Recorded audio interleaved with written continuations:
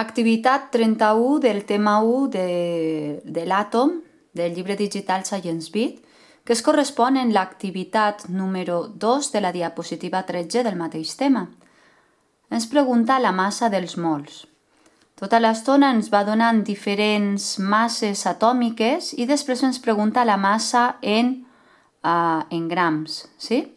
Si recordem el concepte d'Avogadro, van dir que un mol són 6,022 per 10 a la 23 unitats d'allò que ens està dient. Vale? Si és un mol d'àtom, 6,022 per 10 a la 23, etc. Llavors, ara, la massa atòmica del sofre és 32,1. Quina és la massa en grams d'un mol de sofre? Per tant, per trobar-la, el que tenim que fer és buscar a la taula periòdica quan és la massa atòmica del sofre. La massa atòmica del sofre, veureu que la teniu aquí, és aquesta d'aquí. Vale? La massa atòmica del sofre seria, posem aquí, a veure si aquí es veu una miqueta més bé. La massa atòmica del sofre seria 32,06. Si nosaltres volem arrodonir amb un decimal, tindrem que posar 32,1. 32,06 direm que és 32, aquí, 32,1 i com que ho hem d'expressar d'un mol, serà aquest número expressat en grams. Vale? I si ara tenim 6,022 per 10 a la 23 àtoms de sofre, hem dit que un mol de sofre són 6,022 per 10 a la 23. Si és un mol d'àtoms, aquesta quantitat també seran àtoms, 10 a la 23 àtoms.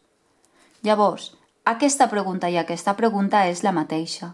Si jo tinc 6,022 per 10 a la 23 àtoms de sofre, també tindré 32,1 grams de sofre. Ara, pregunta, quina és la massa en grams de 12 mols de sofre? Per saber-ho, si sabem quan val un mol de sofre, el que tindríem que fer és multiplicar. Si diguem que 32,1 grams de sofre és el que n'hi ha en un mol, per cada mol, doncs si multiplico per 12 mols de sofre, 12 mols de sofre i multipliquem, mols de sofre i mols de sofre se'n van, l'operació que tindrem que fer és aquesta operació. Direm que és 32,1 multiplicat per 12.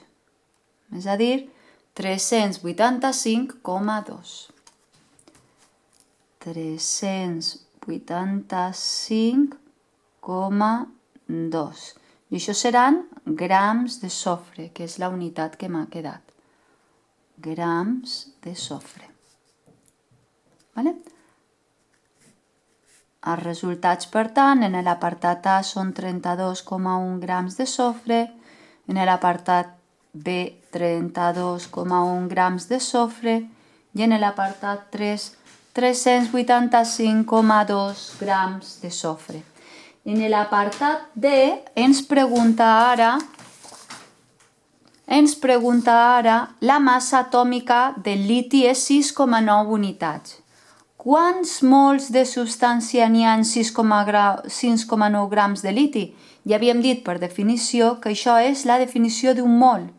Quan nosaltres expressem la quantitat d'un tipus d'àtom o d'un pes molecular en unitats de massa atòmica, estem dient el pes d'un àtom o d'una molècula. Quan aquest número és traslladat a mols, direm, per tant, que s'expressa en grams.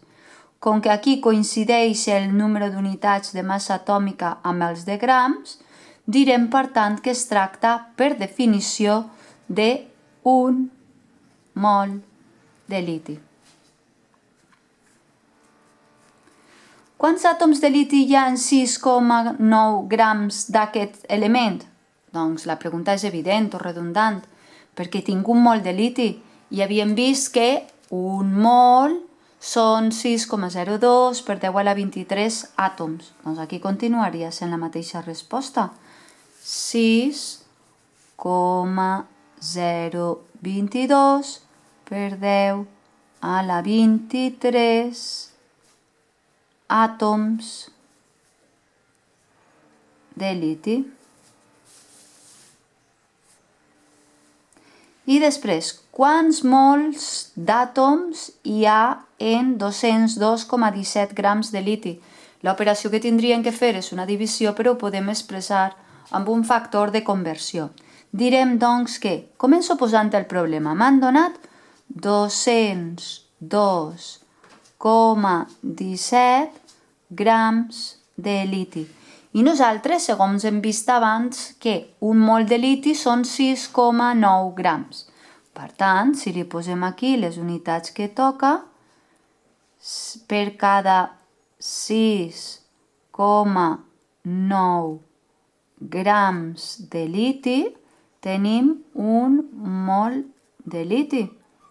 Grams de liti i grams de liti se'n van i les unitats que m'han quedat és mols de liti. Per tant, la conclusió és que per passar de grams a mols haurem de dividir entre la unitat de massa atòmica, és a dir, 6,9 en el cas del liti. Agafem, doncs, la calculadora i dividim. Serien aquests 202,17 entre 6,9 i ens donarà 29,3. Què és això? Les unitats que m'han quedat. Mols de liti. 29,3 mols de liti.